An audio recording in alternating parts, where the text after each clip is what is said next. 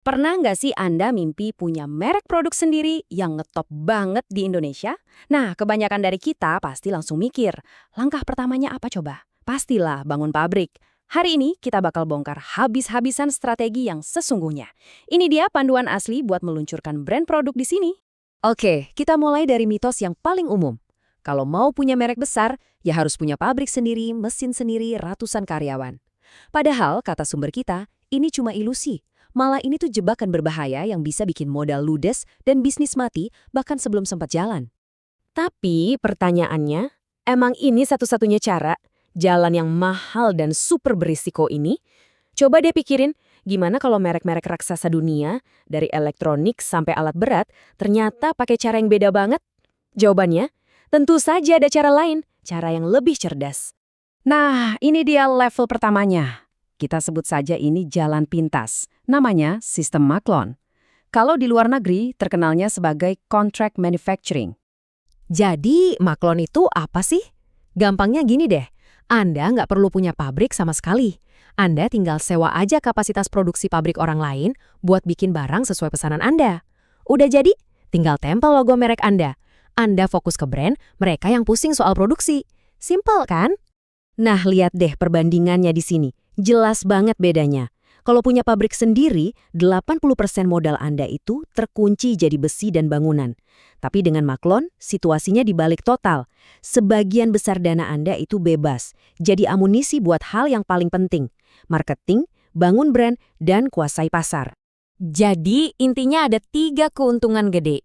Pertama, modal jadi super efisien. Kedua, Anda jadi fleksibel banget, mau ganti produk besok, nggak perlu pusing jual mesin lama. Dan yang paling penting, fokus Anda berubah.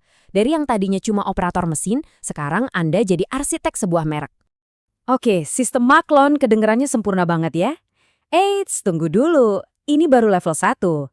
Sekarang kita naik ke level berikutnya, di mana tantangan sesungguhnya menanti, labirin birokrasi dan regulasi impor di Indonesia.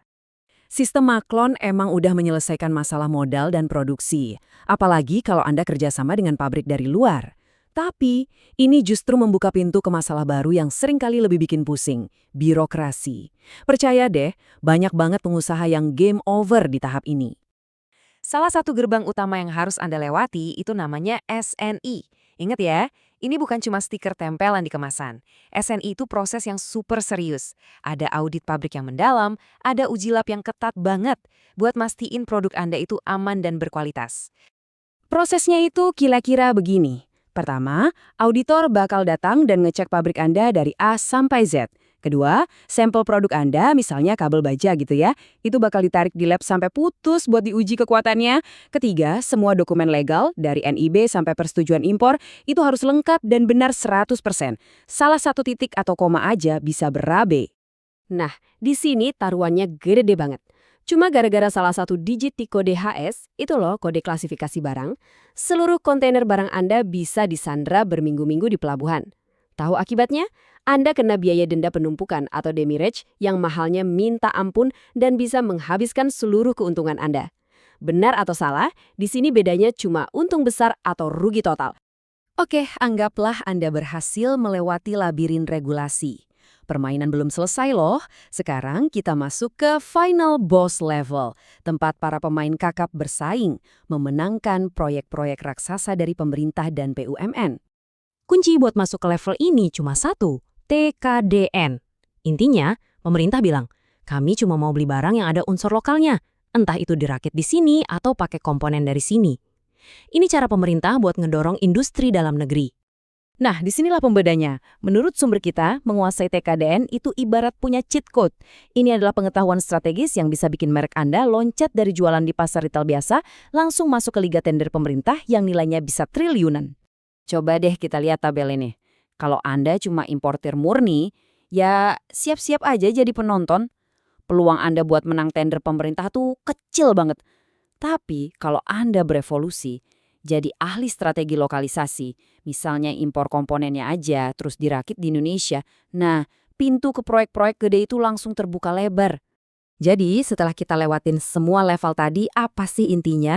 Ini membawa kita ke sebuah perubahan cara pandang yang fundamental, pergeseran dari seorang operator menjadi seorang arsitek bisnis. Coba lihat bedanya. Operator mesin itu pusingnya mikirin produksi harian, mesin yang rusak, atau oli yang tumpah.